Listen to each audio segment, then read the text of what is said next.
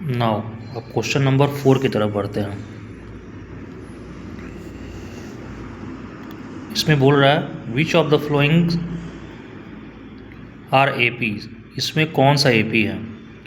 If they form an A P find the common difference d and write 3 more terms. यदि वह A P का निर्माण कर रहे हैं तो उनको कॉमन डिफरेंस निकालना है और इसके अलावा 3 मोर टर्म्स फाइंड आउट करना है। मतलब ये जो सीरीज़ दिया हुआ है ए पी का जो टर्म्स दिया हुआ है इसके बाद 3 टर्म्स और क्या होंगे ये फाइंड आउट करना है।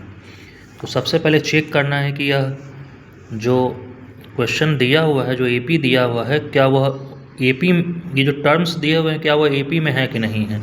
तो सबसे पहले चेक करते हैं। तो क्वेश्चन नंबर 4 का 1 2 4 8 16 इस तरह से दिया हुआ है।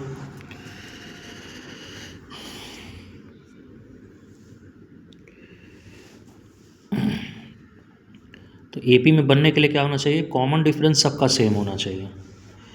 तो यहाँ पे फर्स्ट टर्म क्या है, फर्स्ट टर्म ए बराबर क्या है 4 है 2 है। सेकेंड टर्म क्या है, सेकेंड टर्म जो कि ए प्लस डी होता है उसका वैल्यू क्या दिया हुआ है 4। तो देयरफॉर डी बराबर क्या हो जाएगा, second term minus first term 4 minus 2 equals to 2। हमको चेक करना है कि क्या ये कॉमन डिफरेंस सबके लिए लागू होगा कि नहीं होगा। ठीक है, तो फिर से हम लोग क्या करेंगे कि कॉमन डिफरेंस डी जो होता है वह third term minus second term.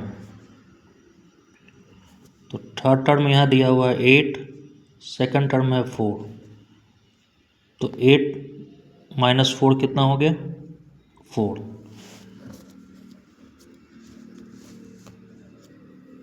तो आप यह देख रहे हैं कि यहाँ पे D1 और ये D2, D1 not equal to D2 है।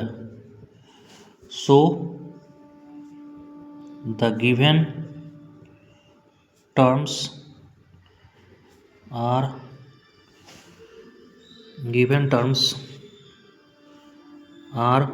Not in AP।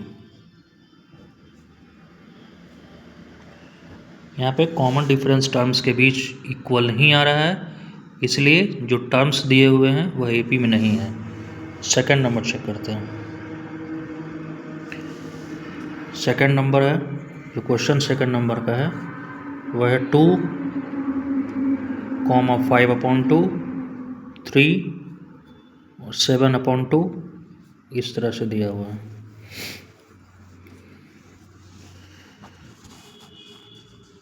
तो यहाँ पे फर्स्ट टर्म क्या होगा, first term a equals to 2 दिया हुआ है। सेकेंड टर्म 5/2 दिया हुआ है। तो कॉमन डिफरेंस D1 क्या होगा 5/2 माइनस 2 एलसीएम ले लेते हैं। तो 5 माइनस 4 हो गया 1/2।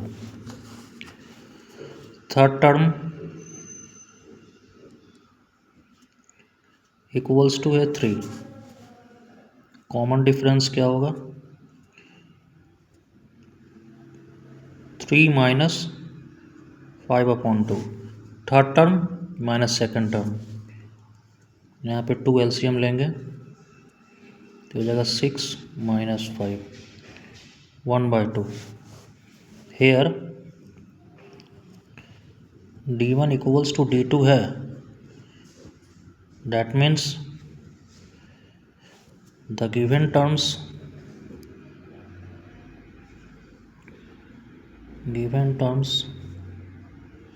are in AP में। जो टर्म्स है वह AP के अंदर AP को सेटिस्फाइड करते हैं। अब हमें कॉमन डिफरेंस फाइंड आउट करना है। So common difference d equals to क्या हो गया 1/2, और इसका नेक्स्ट 3 टर्म्स फाइंड आउट करना है। तो हमें 4 टर्म्स दिए हुए हैं, 5th टर्म निकालना है। तो 5th टर्म निकालने के लिए 5 होता है, फॉर्मूला क्या होता है a plus n minus 1 into D. तो 5 माइनस 1 इंटू डी, a का value 2 plus 5 minus 1 4 and common difference 1/2, 2 times cut गया, तो 2 प्लस 2 हो गया 4। इसका मतलब इसका 5th टर्म जो है 4 होगा। सिमिलरली 6th टर्म क्या होगा a plus 6 minus 1 into D. तो a का वैल्यू 2, 6 माइनस 1 हो गया 5 एंड द कॉमन डिफरेंस 1/2। यहाँ 2 एलसीएम होगा, 4 प्लस 5 9/2 होगा। 7th टर्म क्या होगा a7, a plus 7 minus 1 into d. a का वैल्यू 2 प्लस 7 माइनस 1 6 हो गया 1/2। तो 2 plus 3 equals to 5। These are the answers, अर्थात the next 3 terms of the AP will be 4, 9/2 and 5। इस तरह से सारे क्वेश्चन को करना है। Thanks for watching.